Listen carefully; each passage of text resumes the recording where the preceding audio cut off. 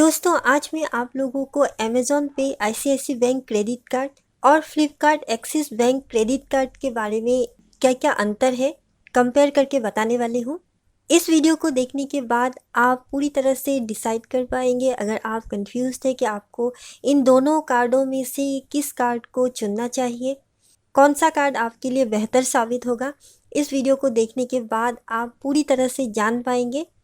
इसके साथ ही दोस्तों आपको ये भी बताना चाहूँगी कि कुछ समय पहले इन दोनों कार्ड में जो सुविधाएं हैं वो थोड़ी से अलग थे, लेकिन फ़िलहाल के लिए कई सारी बदलाव किया गया है, तो इसीलिए इस वीडियो को अंत तक ज़रूर देखिए।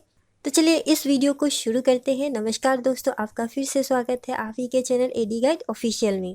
दोस्तों वीडियो शुरू करने से पहले हमेशा की तरह एक रिक्वेस्ट ज़रूर करूँगी, अगर आप लोगों ने अब तक इस चैनल को सब्सक्राइब नहीं किया तो प्लीज़ सब्सक्राइब कर लीजिए, इसके साथ बेल आइकन दबा के ऑल नोटिफिकेशन कर लीजिए।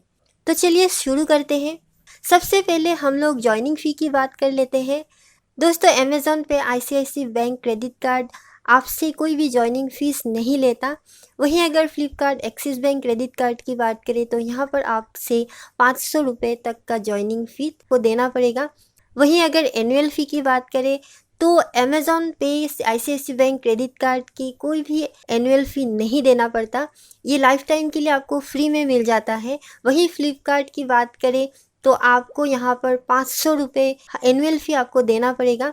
लेकिन हाँ, अगर आप 2 लाख रुपए का यहाँ पर स्पेंड करते हैं, शॉपिंग करते हैं इस कार्ड को यूज़ करके, तो आपको ये 500 रुपये नहीं देना पड़ता। लेकिन हाँ, ये 1 साल के अंदर ही आपको 2 लाख रुपए का शॉपिंग करना पड़ेगा। नेक्स्ट साल फिर से करना पड़ेगा, तभी आपको ये हर साल 500 रुपये का वेव मिलेगा। लेकिन कई लोगों के लिए 2 लाख रुपए हर साल स्पेंड करना या 1 साल में भी स्पेंड करना इतना पॉसिबल नहीं हो पाता, तो ये 500 रुपीज़ हम लोग ले ही लेते हैं कि आपको देना होगा एनुअल फ़ी के रूप में। अगर आप लोग फ्लिपकार्ट मिंत्रा से ज़्यादा शॉपिंग करते हैं तो ये 500 रुपीज़ ज़्यादा मैटर नहीं करता। वेलकम बेनिफिट की बात करें तो आपको अमेज़न पे क्रेडिट कार्ड पर कोई भी वेलकम बेनिफिट देखने को नहीं मिलता। वहीं अगर आप लोग फ्लिपकार्ट एक्सिस बैंक का क्रेडिट कार्ड लेते हैं तो आपको यहाँ पर वेलकम बेनिफिट मिल जाता है, जो ये लोग कहते हैं कि आपको 1100 रुपीज़ तक वेलकम बेनिफिट दिया जाएगा।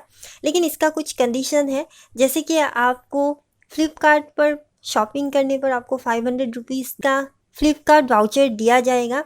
लेकिन आपको ये फ्लिपकार्ट वाउचर 500 रुपीज़ का लेने के लिए पहले मंथ यानी 30 दिन के अंदर ही आपको फ्लिपकार्ट से शॉपिंग करना होगा, तभी आपको ये 500 रुपीज़ मिलता है। इसके साथ आपको दूसरा 500 रुपीज़ मिलता है जब आप मिंत्रा पे शॉपिंग करते हैं। यहाँ पर आपको 15% का कैशबैक मिल जाता है। आप जितना भी शॉपिंग करते हैं उसका 15% आपको कैशबैक दिया जाएगा। लेकिन ये कैशबैक आपको सिर्फ 500 रुपीज़ तक ही मिलेगा अगर आप 30 दिन के अंदर मिंत्रा पर शॉपिंग करते हैं तो। इसके साथ कई कंडीशंस है, जैसे कि अगर आपने मिंत्रा पे शॉपिंग किया और वो चीज़ आपको पसंद नहीं आया, आपने वापस किया, तो आपको ये कैशबैक नहीं मिलेगा। इसके साथ अगर मिंत्रा पे कोई ऑफ़र चल रहा है तो आप उस ऑफ़र को भी इस कैशबैक के साथ लेना चाहते हैं तो ये पॉसिबल नहीं है, आपको दोनों में से एक को ही चुनना पड़ेगा। या तो आप वो ऑफ़र चुने मिंत्रा का या फिर आप इस कैशबैक को चुने, आपको दोनों में से एक ही चुनना पड़ेगा। अगला जो 100 रुपीज़ आपको मिलता है वो स्विगी पर ऑर्डर करने पर मिलता है। अगर आपने स्विगी पर ऑर्डर किया तो आपको 50% डिस्काउंट मिलेगा और ये आपको मैक्सिमम 100 रुपीज़ तक मिलेगा। वो भी आपको 30 दिनों के अंदर ही ये ऑर्डर लेना पड़ेगा, ये ऑर्डर देना पड़ेगा, तभी आपको ये 100 रुपीज़ का वेव मिलेगा। तो इस तरह से देखा जाए तो अमेज़न पे आईसीआईसी बैंक का जो जॉइनिंग फ़ी आपको 0 मिल रहा था, वहीं अगर आप लोग Flipkart axis bank credit card लेते हैं तो आपको जो 500 रुपीज़ जॉइनिंग फ़ी देना पड़ता था, अगर आप लोग फ्लिपकार्ट से शॉपिंग करते हैं तो आपको ये 500 रुपीज़ जो वेव मिल रहा है पहले 30 दिनों पे शॉपिंग करने पर, तो ये इक्वल ही हो जाता है। क्योंकि आपने एक कार्ड लिया है तो आप तो शॉपिंग करोगे ही, तो इसके लिए ये 500 जॉइनिंग फ़ी इक्वल हो जाता है। लेकिन हाँ, एनुअल फ़ी की साइड से देखें तो अमेज़न पे आईसीआईसी बैंक का क्रेडिट कार्ड ऊपर रहता है, क्योंकि ये पूरे लाइफ टाइम के लिए फ्री मिल रहा है। दोस्तों आइए जानते हैं अगले कुछ बेनिफिट्स के बारे में। जब भी आप अमेज़न पे आईसीआईसी बैंक का क्रेडिट कार्ड लेते हैं तो आपसे कहा जाता है कि अमेज़न पर स्पेंड करते हैं तो आपको 5% तक यहाँ पर कैशबैक मिल जाता है। लेकिन इसमें एक बात यह है कि आपको 5% कैशबैक तभी मिलेगा जब आप अमेज़न के प्राइम मेंबर्स बनेंगे। वहीं अगर आप लोग अमेज़न नॉन प्राइम मेंबर्स हैं तो आपको यहाँ पर सिर्फ 3% का कैशबैक मिलेगा अगर आप अमेज़न पर ये कार्ड यूज़ करते हैं तो। वहीं हम लोग Flipkart axis bank credit card की बात करें तो यहाँ पर आपको 5% का कैशबैक मिल जाता है और ये सभी के लिए है, जो बहुत ही अच्छी बात है क्योंकि हम में से ज़्यादातर लोग ही किसी अमेज़न हो या फ्लिपकार्ट हो किसी का प्राइम मेंबर या मेंबरशिप नहीं लेते हैं। तो ज़्यादातर लोगों की हो सकता है मेंबरशिप ना हो, तो इसके लिए इस कंडीशन में हमें फ्लिपकार्ट का ये कार्ड बहुत ही अच्छा हमारे लिए रहता है क्योंकि यहाँ पर हमें डायरेक्ट 5% का कैशबैक हमें मिल जाता है। इसके साथ अमेज़न पे आईसीआईसी बैंक क्रेडिट कार्ड को अगर हम लोग फ़्लाइट बुकिंग, रिचार्ज, कोई बिल पेमेंट करने के लिए, गिफ्ट कार्ड लेने के लिए यूज़ करते हैं तो हमें 2% का कैशबैक मिलता है। वहीं अगर Flipkart axis bank credit card की बात करें तो आप अगर अगर आप लोग कहीं और यूज़ करते हैं, जैसे कुछ पार्टनर प्रोग्राम है इनके, स्विगी हो गया, क्लियर चिप हो गया, क्योरफिट हो गया, पीवीआर, उबेर, इन सब में अगर यूज़ करते हैं तो आपको यहाँ पर 4% का कैशबैक मिलता है, जो एक बहुत ही अच्छी बात है। इसके बाद बात करें तो अगर आप लोग अमेज़न पे क्रेडिट कार्ड से कहीं और स्पेंड करते हैं तो आपको 1% का कैशबैक मिलता है। वहीं Flipkart axis bank credit card अगर आप लोग कहीं और यूज़ करते हैं, बाहर यूज़ करते हैं तो आपको यहाँ पर 1.5% का कैशबैक मिलता है। यानी इस तरफ से भी आपको 0.5% का आपको ज़्यादा फ़ायदा देखने को मिल जाता है क्योंकि हम लोग कई बार बाहर भी इसे यूज़ करते हैं तो यहाँ पर हमें 1.5% मिल जाता है और अमेज़न पर सिर्फ 1% हमें मिलता है।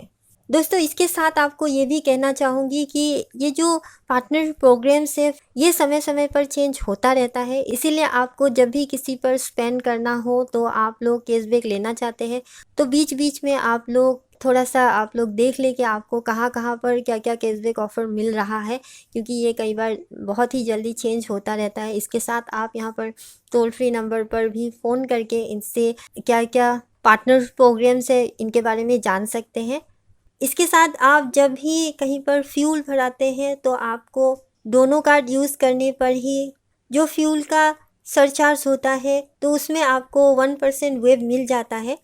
आईसीआईसी बैंक पर यहाँ पर आपको कोई लिमिट नहीं रखा गया है। आप जब भी फ्यूल भराते हैं इस कार्ड के ज़रिए तो आपका जो 1% का फ्यूल सरचार्ज लगाया जाता है उसमें आपको सभी में ही वेब मिल जाएगा। लेकिन अगर आप लोग Flipkart axis bank credit card से फ्यूल भराते हैं तो इसकी जो मैक्सिमम लिमिट है वो 500 रुपीज़ है पर मंथ।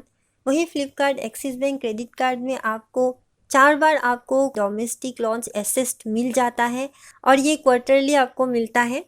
लेकिन अमेज़न पे पर आपको ये सुविधा नहीं मिलता। इसके साथ अगर आप लोग डाइनिंग पर ये कार्ड यूज़ करते हैं तो आपको Amazon ICICI bank credit card पर मिनिमम 15% तक आपको डिस्काउंट मिल जाएगा। मैक्सिमम की बात इन्होंने नहीं की है, ये आप लोग मैक्सिमम 15% ही ले सकते हैं और इसका ऑल ओवर इंडिया में 2500 पार्टनर्स रेस्टोरेंट है।